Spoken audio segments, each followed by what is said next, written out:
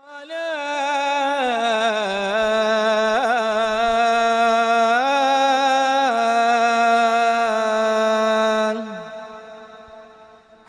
على الفلاح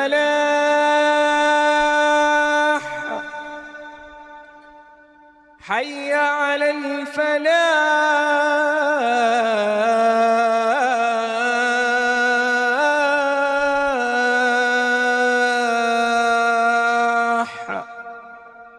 الله أكبر الله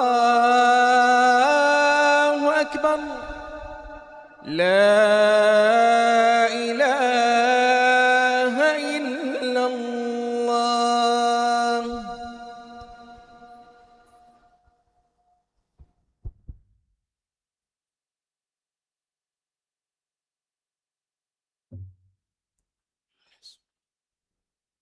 إن الحمد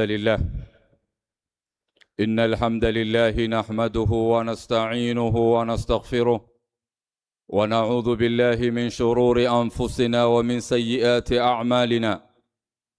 من يهده الله فلا مضل له ومن يضلل فلا هادي له، وأشهد أن لا إله إلا الله وحده لا شريك له، وأشهد أن محمدًا عبده ورسوله. يا أيها الذين آمنوا اتقوا الله حق تقاته ولا تموتن إلا وأنتم مسلمون.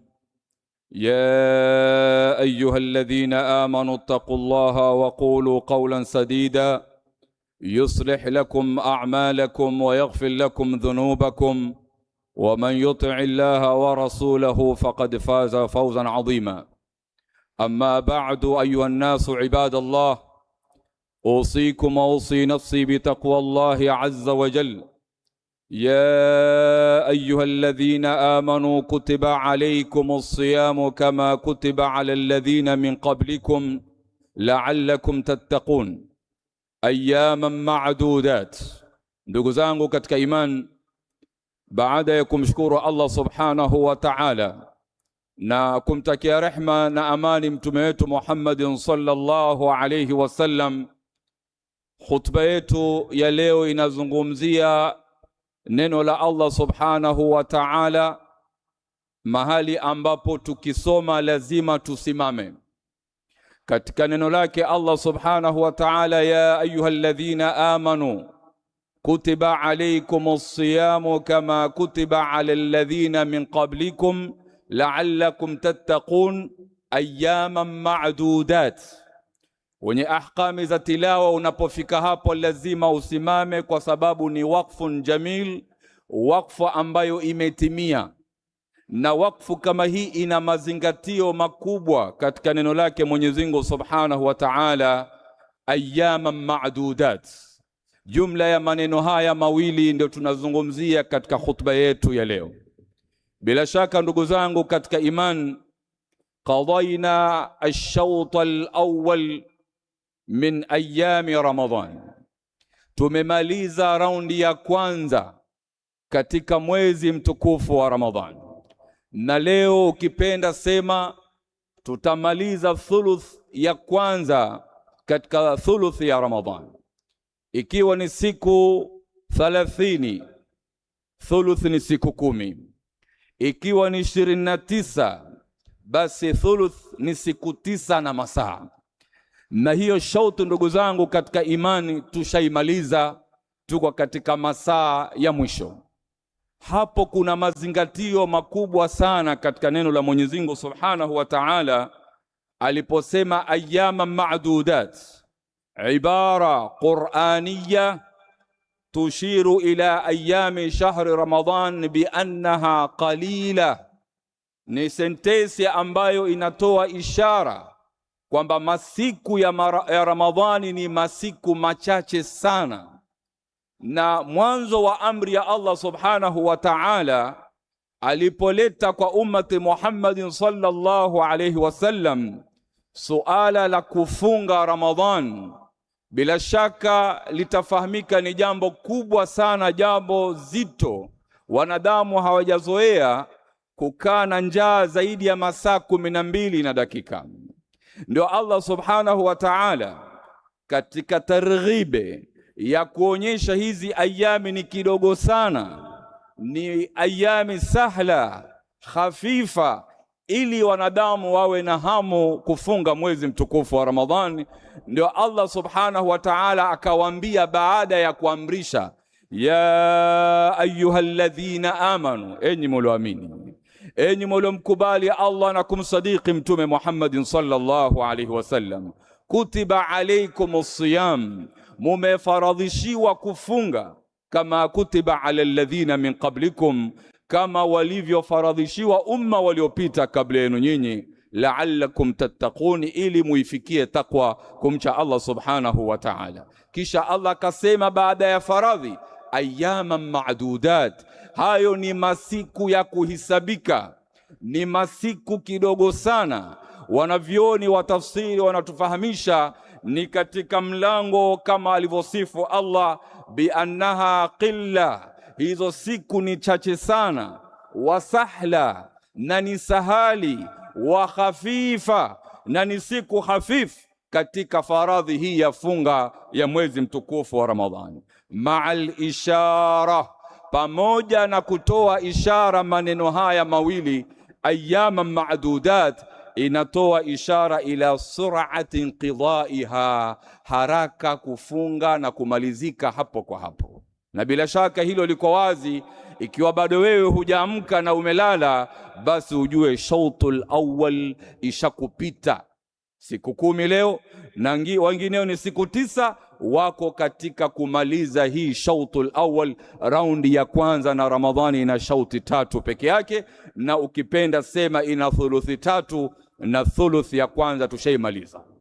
Ndugu zangu katika imani, ishara hii ya kuwa Ramadhani ni siku kidogo sana, wanadamu kwa udhaifu wao wanaamka na kuwa na hamu na ibada mbalimbali na kushamiri zile ibada zao katika masiku haya ambayo tunamalizia leo. Bidii mbalimbali na juhudi mbalimbali katika masiku haya ambayo tushayamaliza. Lakini nguvu hizi zinamalizika inapoanza ashautu thani, ambao ni raundi ya pili. Tunajaribu tena kuzunguka ule Ramadhani, na shauti ya 3 kabisa, wala usiseme hadith wala haraj. Watu hapo washatia nanga 2 ya omo na tezi, kama wanasema wenzetu kule Lamu. Jahazi haisafiri tena, sasa ni madukani, ni masokoni na kuangalia mengine. Allah subhanahu wa ta'ala ametuwekea nafasi katika hayo ya mwisho, ndio inatakiwa tushamiri zaidi katika ibada, kwa sababu ndani yake kuna Lailatul Qadr ambayo ni siku bora, usiku wa cheo, khairun min 1000 shahr. Ndugu zangu katika imani, khutba yetu ya leo tunazungumzia neno hili la Allah, ayyaman ma'dudat. Madha nafqahu min hadhihi al-ibara, tunafahamu nini katika ibara kama hii ayyaman ma'dudat? Ramadhani ni masiku ya kuhisabika.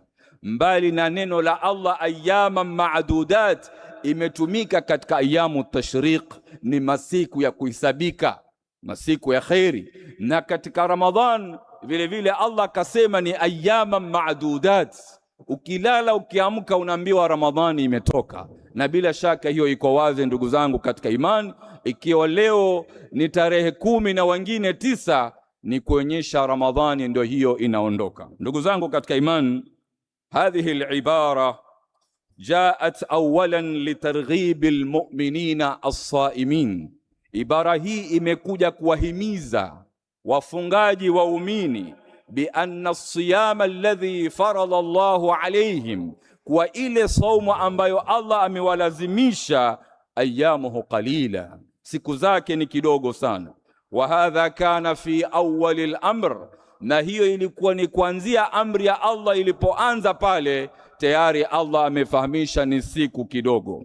Thaniyan, jaat hadhihi al-ibara, ibara hii imekuja litambihi al-ghafilina an-naimin, kuwazindua, kuamsha wale walioghafilika, waliolala na usingizi mnono, wanasahau kuwa tayari wanaingia katika masiku ya mwisho kipindi cha lala salama, na bado wamelala an ayyamil fadila, siku bora zinawapita. Nasina hadha almithl, wakiwa wamesahau mfano ambao unanasibishwa kwa Sayyidina Ali bin Abi Talib radhiyallahu anhu aliposema alwaqtu kasayf, wakati ni kama upanga, illam taqta'uhu qata', ikiwa hutoukata wakati kama huu, basi wakati utakukata wewe. Masiku yamepita, siku 10, umefanya nini? Umetanguliza nini kwa Allah subhanahu wa ta'ala? Je, umehitimu Qur'ani? Je, umetekeleza siku 10 hizi bila kukosa tarawih? Je, katika siku 10 hizi umeinuka qiyamul layl bila kukosa? Je, katika masiku hii umeweza kufanya i'tikafu msikitini? Tambii muhimu sana. Allah anatuambia mutanabahi, hizi ni siku kidogo sana. Fa ya ayyuhal ghafilun naim, ewe aliyoghafilika aliyelala, wakati ni kama upanga kwa makali yake. Ikiwa wakati wenyewe hutoukata, basi wakati utakukata wewe. Na utakiwa ukate kwa ibada, uwe na barnamiji ya tilawatul Qur'an, uwe na barnamiji ya istima'i durus wal muhadharat, uwe na barnamiji ya fi'lul khairat, pengine sadaqat, iftaru nnas, uwe na barnamiji ya fi'lul adhkar, kuleta adhkar. Na hii adhkar inawasaidia wale ndugu zetu ambao masaa mingi wako katika kazi za watu, katika ajira za watu, pengine barnamiji yao ni ndogo sana, ni qubaila adh-dhuhr au ba'da adh-dhuhr, aweze kufanya machache katika khairi, kusoma Qur'an walau safhatain, arudi kazini saa 8. Lakini akiwa kazini, ndugu yangu katika imani, Mtume anasema walhamdulillahi tamla'ul mizan, na neno alhamdulillah peke yake hujaza mizani kesho mbele ya Allah subhanahu wa ta'ala.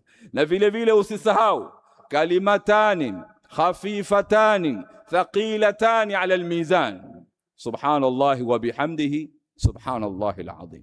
Kwa kuwa wanao nafasi ya kufanya ya kheri, hata ukiwa pangine uko katika kipando chako cha bodaboda au tuktuk, na huku unamsabihi Allah subhanahu wa ta'ala. Na Mtume sallallahu alaihi wasallam anasema ni vilma viwili vipesi sana, thaqilatani fil mizani, lakini katika mizani ya kupimwa a'malu salihah, basi maneno hayo yatazidisha uzito wa mazuri. Kisha habibatani ila rahman, ni maneno mawili ambayo Allah anayapenda sana, mbali na alhamdulillah tamla'ul mizan. Na hapa tunapata maneno haya mawili Allah anayapenda, ni maneno mapesi katika ulimi, yana fadhila nzito katika mizani. Sema subhanallahi wa bihamdi, neno la kwanza subhanallahi alazim.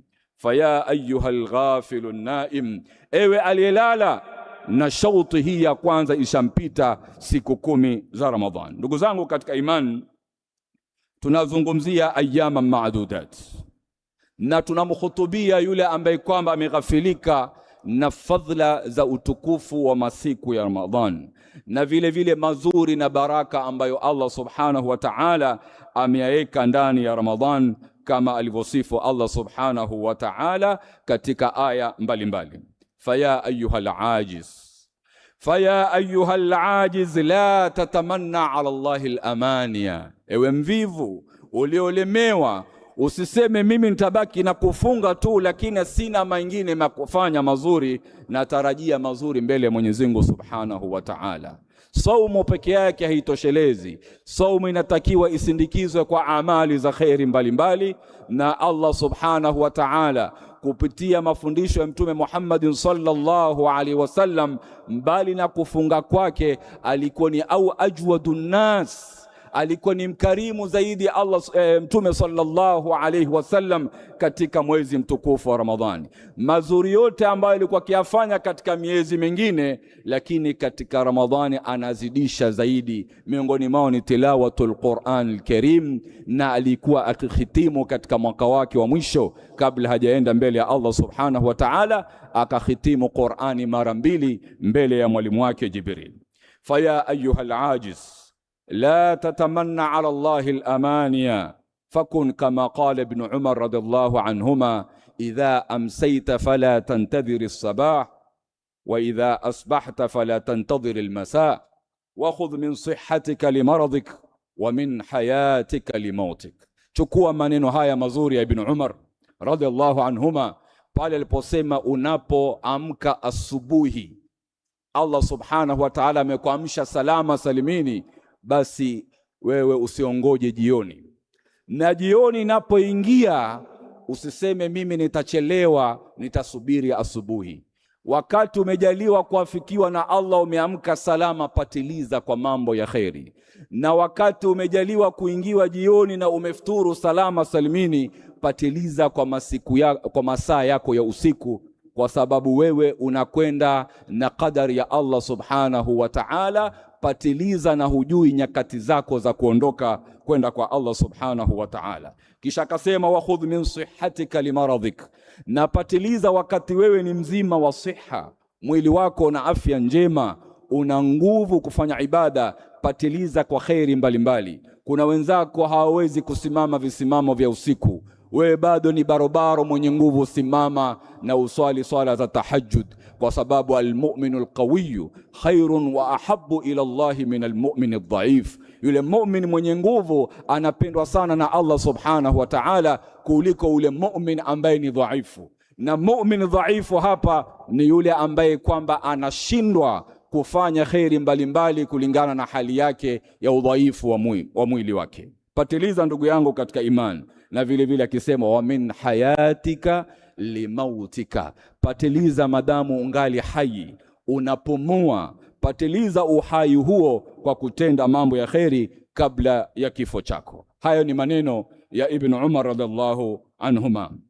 Fa ya ayuha alghafil, iqra hadhihi alaya, soma hizi aya ndio utapata kutanabahi kwamba mimi nimepoteza muda wangu katika masiku haya 10 yaliyonipita, na tajirekebisha vipi kwa masiku yaliyobakia. Allah anasema katika suratul Mu'minun, hatta idha jaa ahadahumul maut qala rabbi irji', yanapofika umauti basi mwanadamu anatamani haya, anaambia Mwenyezi Mungu, hebu nicheleweshe, niregeshe kidogo. Wenye kutafsiri wanatuambia hizi ni saatul ihtidhar.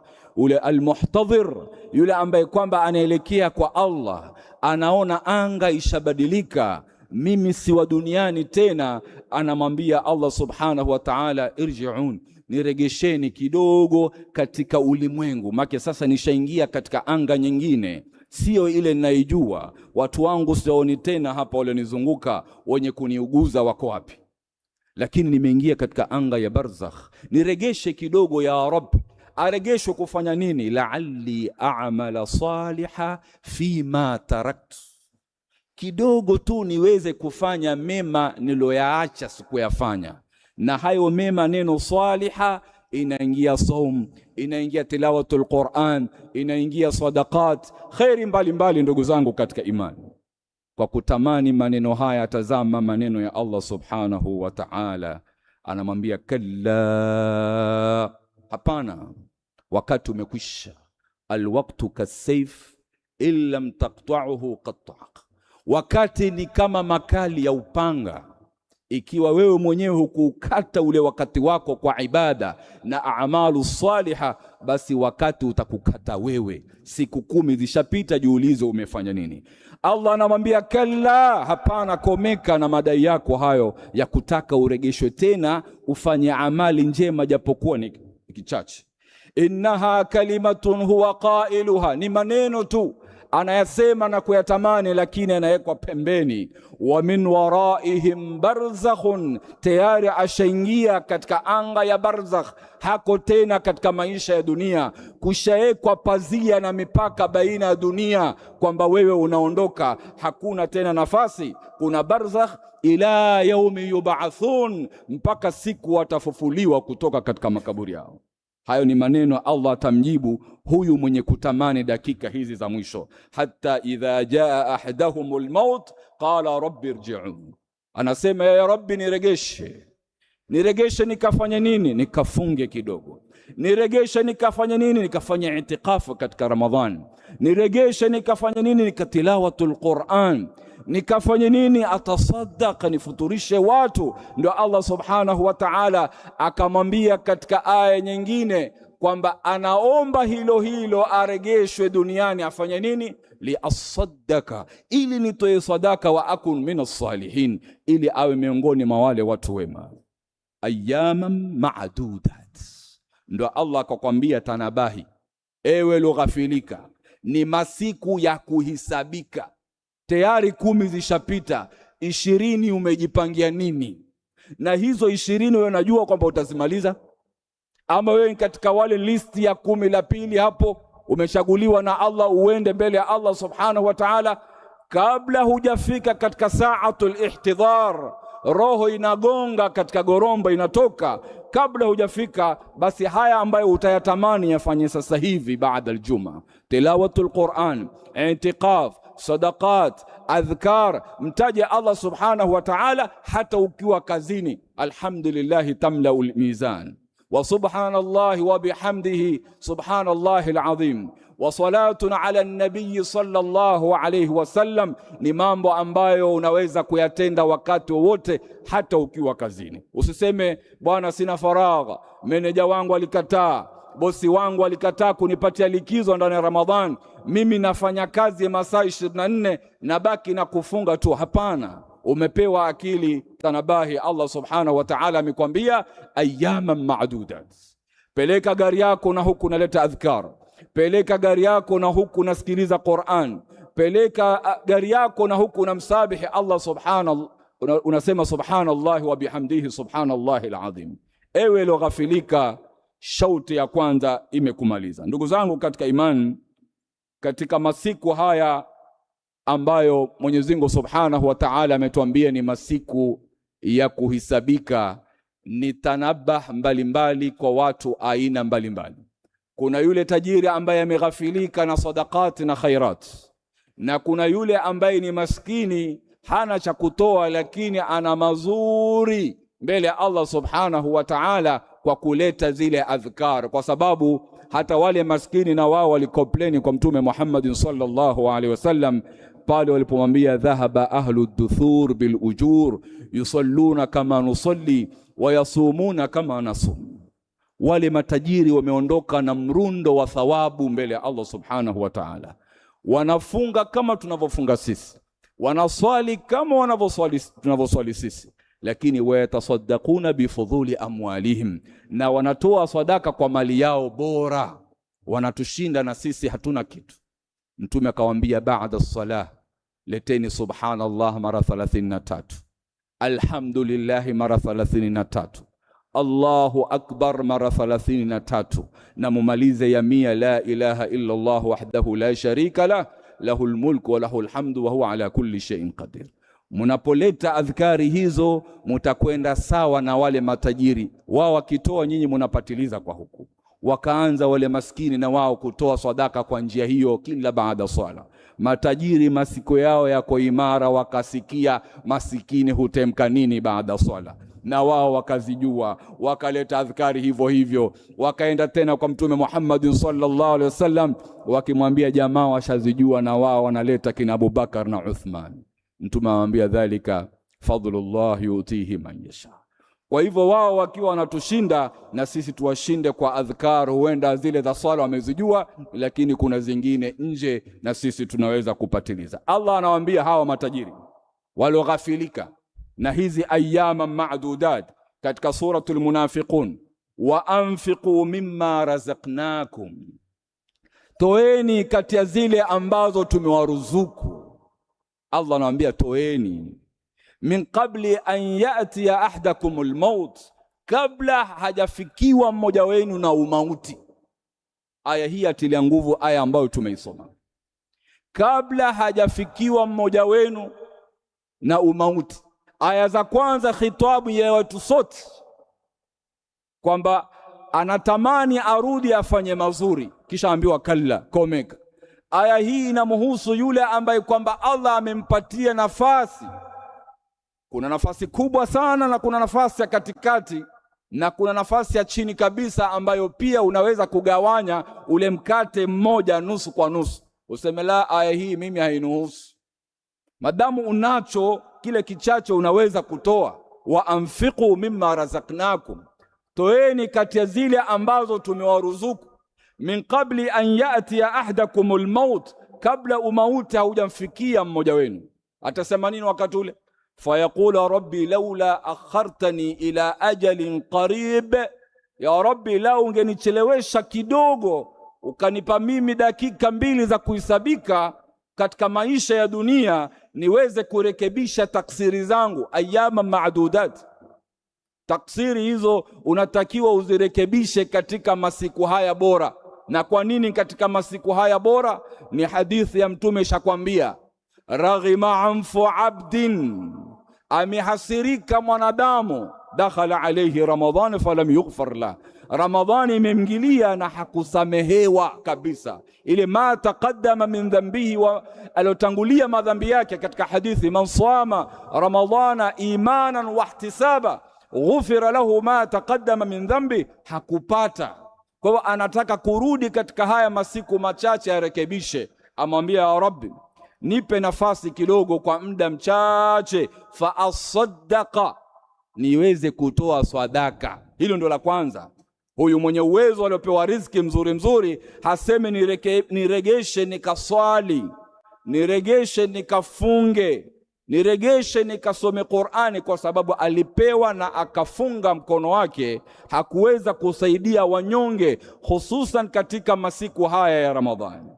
Anapodai hilo kwamba apewe nafasi atoe sadaka, wa akun minas salihin, Allah anamwambia walan yuakhir Allahu nafsan idha jaa ajaluha, nafsi ya mwanadamu haitochelewesha katu. Allah haitampa nafasi nafsi kama ile kuweza kuchelewa na wakati wake wa kwenda akhira ushafika. Hakuna muda tena wa kuongezewa na Allah subhanahu wa ta'ala. Wallahu khabirun bima ta'malun, na Allah ni mjuzi mwenye ilmu kwa yote ambayo mnayatenda. Na hapa kuna wakfa mzito, wakfa mzito. Allah amemalizia, Allah ni mjuzi, ni khabir kwa mnayoyatenda. Yani wanavyoni wakatafsiri, wallahi lau angepewa muda ajalin qarib, aende akarekebishe atoe sadaka, wallahi hafanyi. Ndio Allah akamtanguliza kummalizia kwamba hiyo nafasi hamna, na mimi ni mjuzi, ni khabir, na kujua ulivyo. Hata nikakuongezea umri wa mwaka mmoja, hutendi kheri. Na ushahidi wake ni yale maneno ya wale ambao walipoingia katika bahari, mauji na mawimbi ilipowazunguka na jahazi na meli itaka kuzama, wamwambia Allah, ukituokoa hapa tutakuwa ni katika waja wema wenye kushukuru. Allah anasema alipookoa faidhahum yushriku, ashawaokoa washarudi ardhini salama salimini, faidhahum yushriku, wamerudi kule kule alifu kwa kijiti, wanamshirikisha Allah subhanahu wa ta'ala.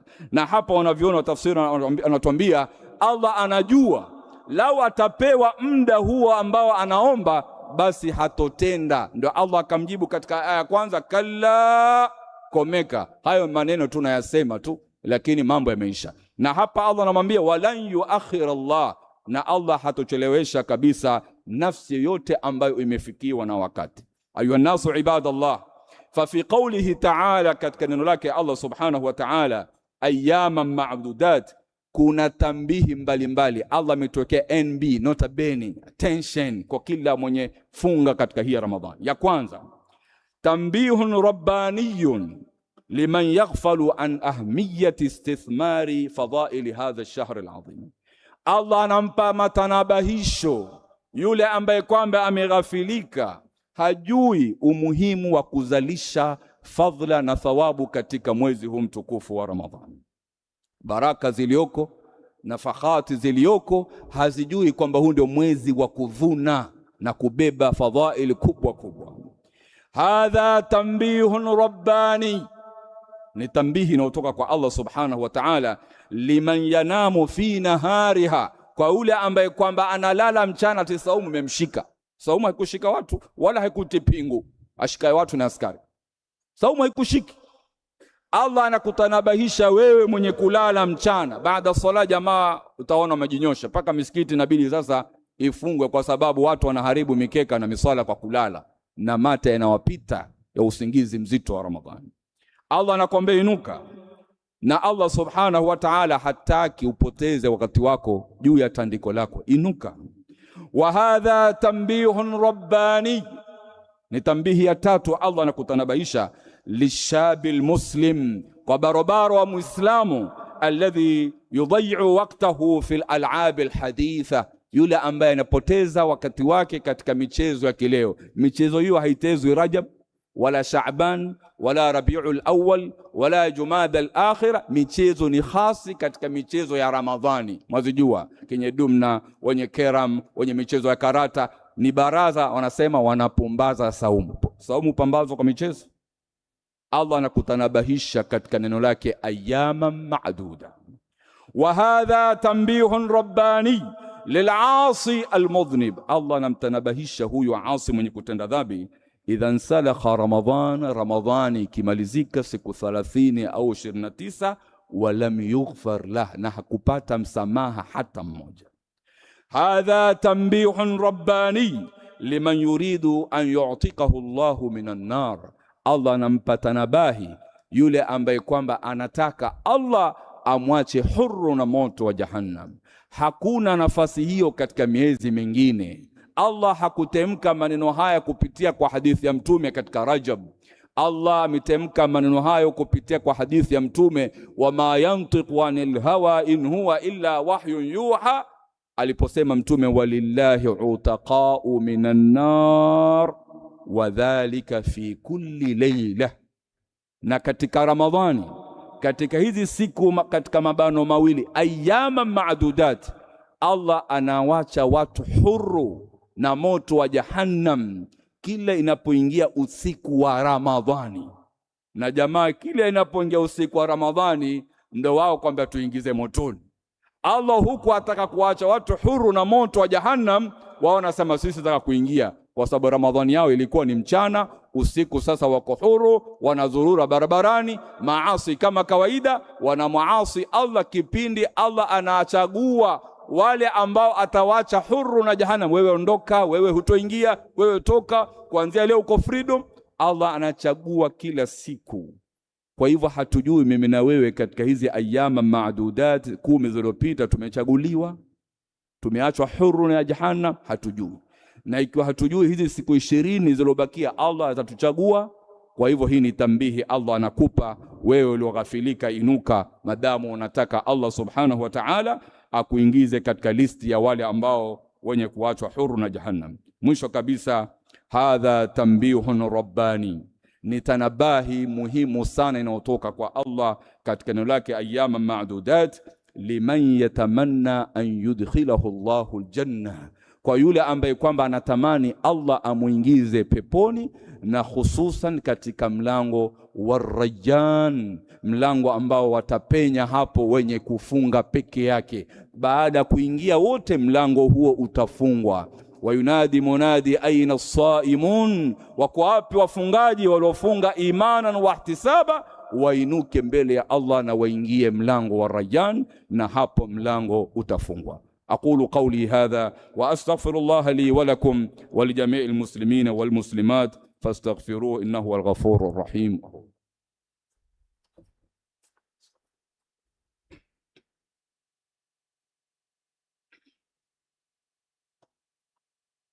الحمد لله حمدا كثيرا كما أمر، والصلاة والسلام على سيد البشر الشفيع المشفع في المحشر، صلى الله عليه وعلى آله وصحبه. ما اتصلت عين بنظر وسمعت أذن بخبر. أيها الناس أوصيكم وأوصي نفسي بتقوى الله، لقد فاز المتقون. Ndugu zangu katika imani, yule ambaye kwamba amepitikiwa kama mwanadamu katika shauti hii ya kwanza ambayo tumeimaliza, ikiwa ni shauti ya leo, somo ni 10 na kwa wengine ni 9.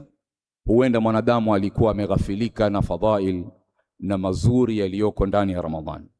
Kwa masiku yaliyobakia, ndugu yangu katika imani, simama ushamiri ibada zako ukitarajia kwa Allah subhanahu wa ta'ala mazuri, kwa sababu Mtume Muhammad sallallahu alaihi wasallam ametwekea sharti 2 kufaulu katika somo, pale aliposema man sama ramadhana imanan wa ihtisaba, Imanan ina maana ya tasdiqan li amri Allah, kwamba wewe unakubali amri ya Allah, ametuamrisha tufunge. Imanan ina maana aliman biujubihi, kwamba wewe unajua kufunga ni wajibu. Imanan ina maana ya kuwa khaifan min iqabihi, unaogopa adhabu ya ule ambaye kwamba hatofunga. Hiyo ndo maana imanan. Man sama ramadhana imanan wa ihtisaba. Ihtisaba ni kutarajia fadhila na thawabu mbele ya Allah subhanahu wa ta'ala, lakini neno imanan ni mzito. Ndani kuna tafsiri tatu katika iman. Tasdiqan li amri Allah, kwamba wewe unakubali amri ulioamrisha, kutiba alaykumus siyam, waikubali. Pili, aliman biwujubihi, kwamba ni wajib, lazima nifunge. Tatu, khaifan min iqabihi, unaogopa adhabu kesho kwa ule ambaye kwamba hakufunga, wakati Allah anasema as-sawmu li, saumu ni yangu, wa ana ajzi bihi. Wewe hukufunga. Ukiwa na fikra hizo tatu au hayo umeelewa matatu katika maana ya imana, umekubali ni amri, una ujuzi kwamba ni wajibu, unamwogopa Allah, basi inafuata wahtisaba, tarajia thawabu kwa Allah subhanahu wa ta'ala. Ukiwa katika miko hizi mbili au hizi sharti mbili ambazo tumezieleza, tarajia hii fadhila inayokuja, ghufira lahu ma taqaddama min dhanbi, kusamehewa madhambi yako yaliyotangulia. Hakuna fadhila zaidi ya hizi madhambi yako yaliyotangulia.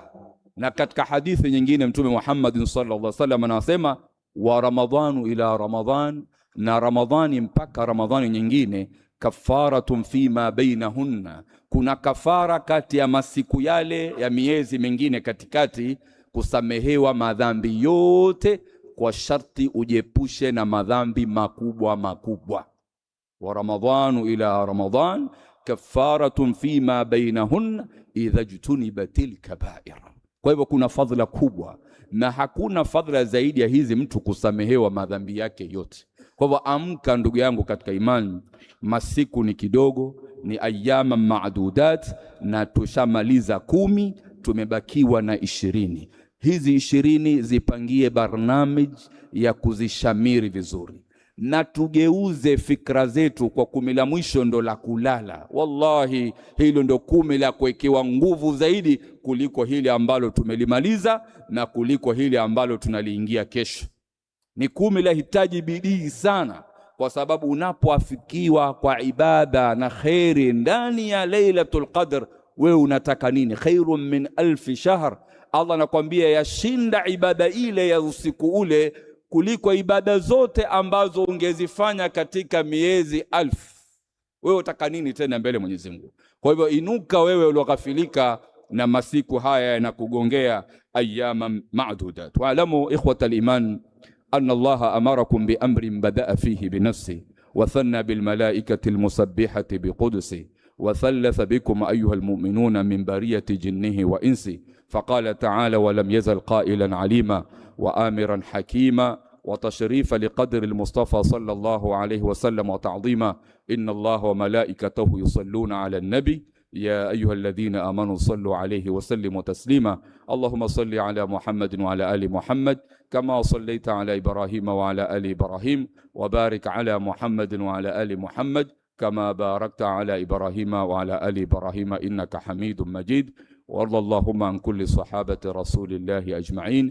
اللهم اغفر للمؤمنين والمؤمنات والمسلمين والمسلمات الأحياء منهم والأموات برحمتك يا أرحم الراحمين. اللهم إنك عفو كريم تحب العفو فاعف عنا. اللهم إنك عفو كريم تحب العفو فاعف عنا. اللهم إنك عفو كريم تحب العفو فاعف عنا. اللهم أعتق رقابنا ورقاب آبائنا وأمهاتنا من النار برحمتك يا أرحم الراحمين. عباد الله، إن الله يأمر بالعدل والإحسان وإيتاء ذي القربى وينهى عن الفحشاء والمنكر والبغي يعظكم لعلكم تذكرون. فاذكروا الله يذكركم واستغفروه يغفر لكم وأقيموا الصلاة.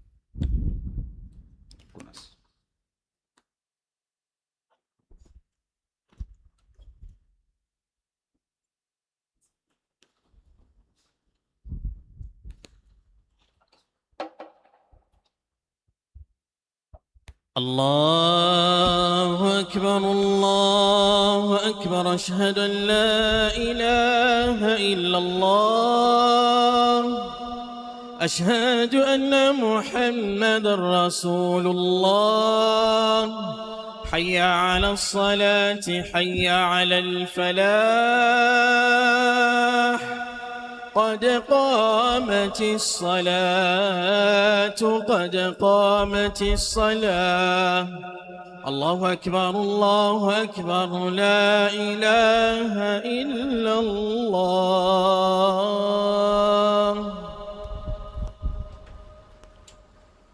سووا صفوفكم فإن تصفية الصفوف من تمام الصلاة. استووا حاذوا بين المناكب وصفوا الأقدام وصدوا الخلل. الله أكبر.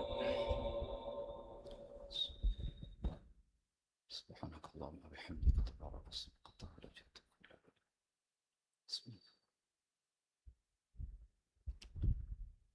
الحمد لله رب العالمين الرحمن الرحيم مالك يوم الدين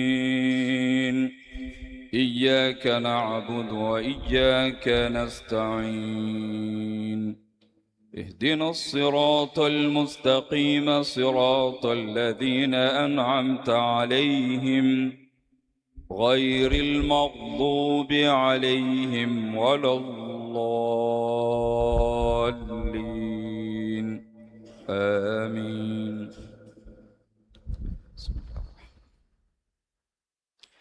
إنا أنزلناه في ليلة القدر وما أدراك ما ليلة القدر ليلة القدر خير من 1000 شهر تنزل الملائكة والروح فيها بإذن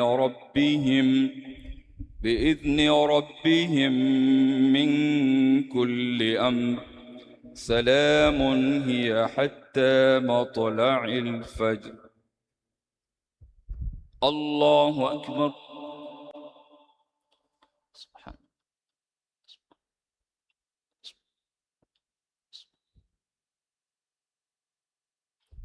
سمع الله لمن حمده.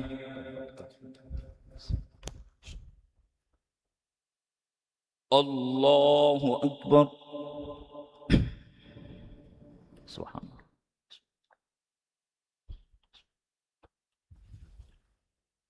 الله أكبر.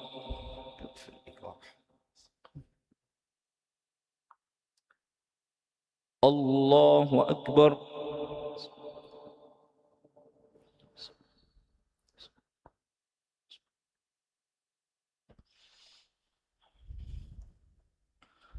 الله أكبر.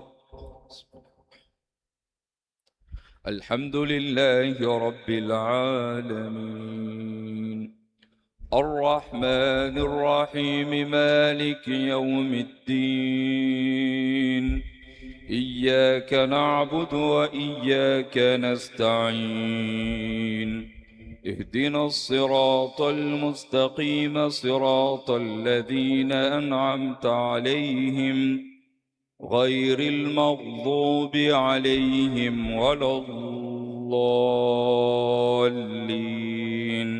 آمين.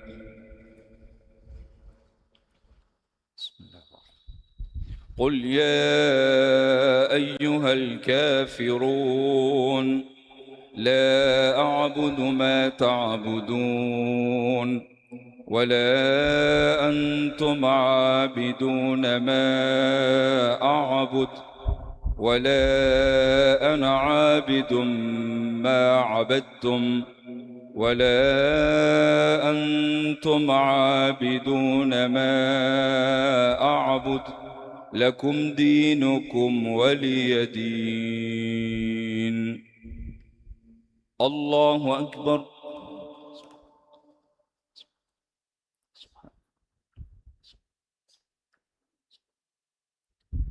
سمع الله لمن حمده.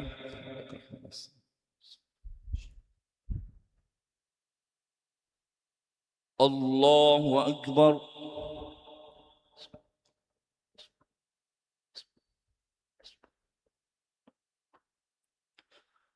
الله أكبر.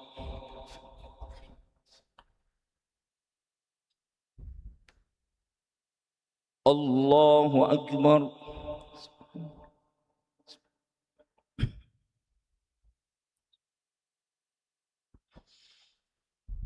الله أكبر.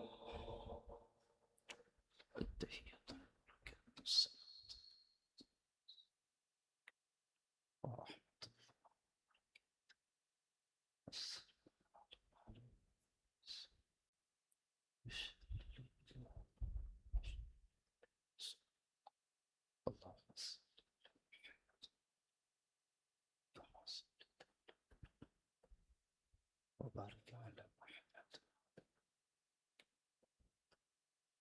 وآل إبراهيم.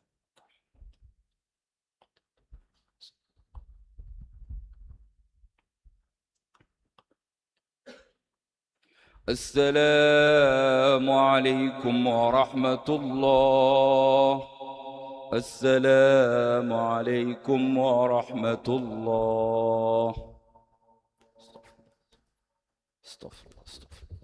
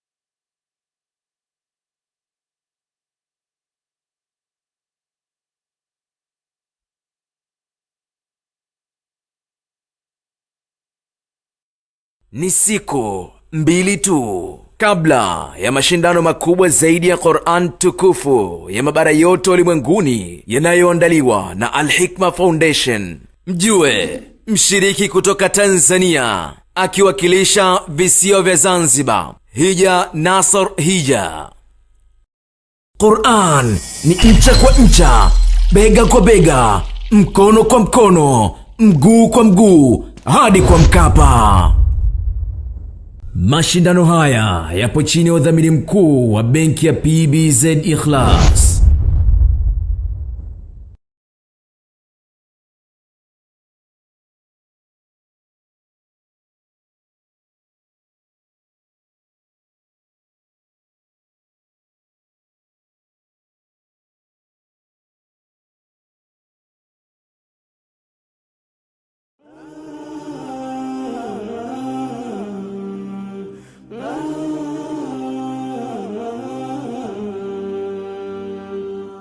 Al Hajar TV, mwangaza kwa umma.